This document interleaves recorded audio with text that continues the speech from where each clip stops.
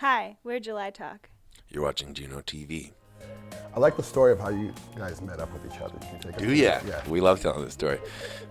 We were at a bar called the Communist Daughter, and I had just played a show down the street, was into my cups, and showed up, and there was a blackout in Toronto, like the famous blackout 10 years ago or whatever it was. And on the anniversary of it, that bar and a few bars on that strip turn off like all the lights, and no music played through the speakers. It's just totally silent. And there was an acoustic guitar.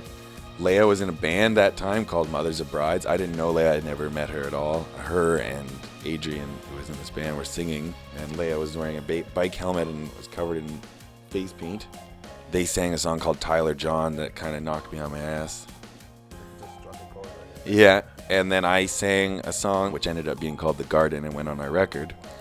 And I got drunk and accidentally smashed a glass on the floor while drumming with two glasses. He's trying to keep the waltz in time. Yeah, and then I was not a presentable guy at the time, so I asked her for her number to see if we could sing together, and she didn't give it to me. And for obvious reasons that you can imagine. I don't know, I thought that he was like 17, first of all. I didn't think that he was old enough to be in a bar at like 2:30 in the morning. I was intrigued by his grovelly old man voice coming out of his sweet little baby face. But yeah, it wasn't until I heard like a number of like weeks later or something that he sent me some recordings that I was really blown away by, and was like, okay, let's do this. Tell us something about you that your fans would never know. I think something that people wouldn't know about our band is that our bass player Josh is probably a better singer than both of us combined. Definitely true. Every time he does backup vocals, we're like, if you meet Josh at a show, get him to sing for you. It was actually the name of the song, The Garden.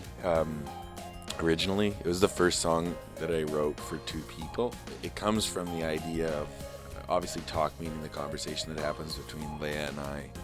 July always felt like, summer hits and you fall in love and you fall out of love and you do all these crazy things, and then the fall comes and like September shows up and everything just gets swept under the rug, and it's as if nothing had happened, and any real love that you had or any real happiness or any real sadness seems like sort of naive. And so the idea of it kind of came from a band and a conversation that's kind of stuck within that naivety and that sort of, like that virgin suicide summer, you know what I mean?